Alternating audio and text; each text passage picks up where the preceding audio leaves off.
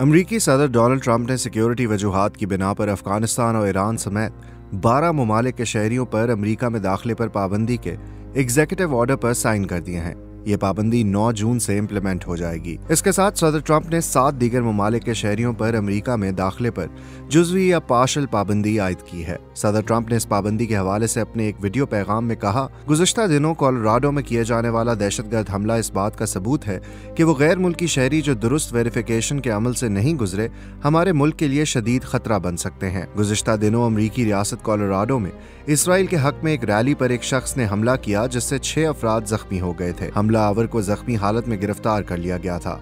हुकाम के मुताबिक ये शख्स गैर कानूनी तौर पर अमरीका में दाखिल हुआ था। इस शख्स का ताल्लुक मिस्र से था, लेकिन वाज़ेह रहे कि ट्रैवल बैन से मुतासर होने वाले ममालिक की फहरिस्त में मिस्र शामिल नहीं है। इस फहरिस्त में Afghanistan, Iran, Myanmar, Chad, Republic of Congo, Equatorial Guinea, Eritrea, Hattie, Libya, Somalia, Sudan और यमन शामिल हैं। व्हाइट हाउस के मुताबिक अमरीकी शहरियों और इनके मफादात को दहशतगर्दों से बचाने के लिए इस पाबंदी का फैसला किया गया है। सदर ट्रंप ने अपने पहले दौरे हुकूमत में 2017 में कुछ मुस्लिम ममालिक पर ऐसी ही पाबंदियां लगाई थी। तवक्को की जा रही है कि इस इक़दाम को भी माजी के ट्रैवल बैन की तरह कानूनी तौर पर चैलेंज किया जाएगा। इंसानी हुकूक की तंजीमों ने इस पाबंदी को तनकीद का निशाना बनाया है और एमनेस्टी इंटरनेशनल USA ने इसे इम्तियाजी नस्ल परस्ताना और इंतहाई जालिमाना करार दिया है।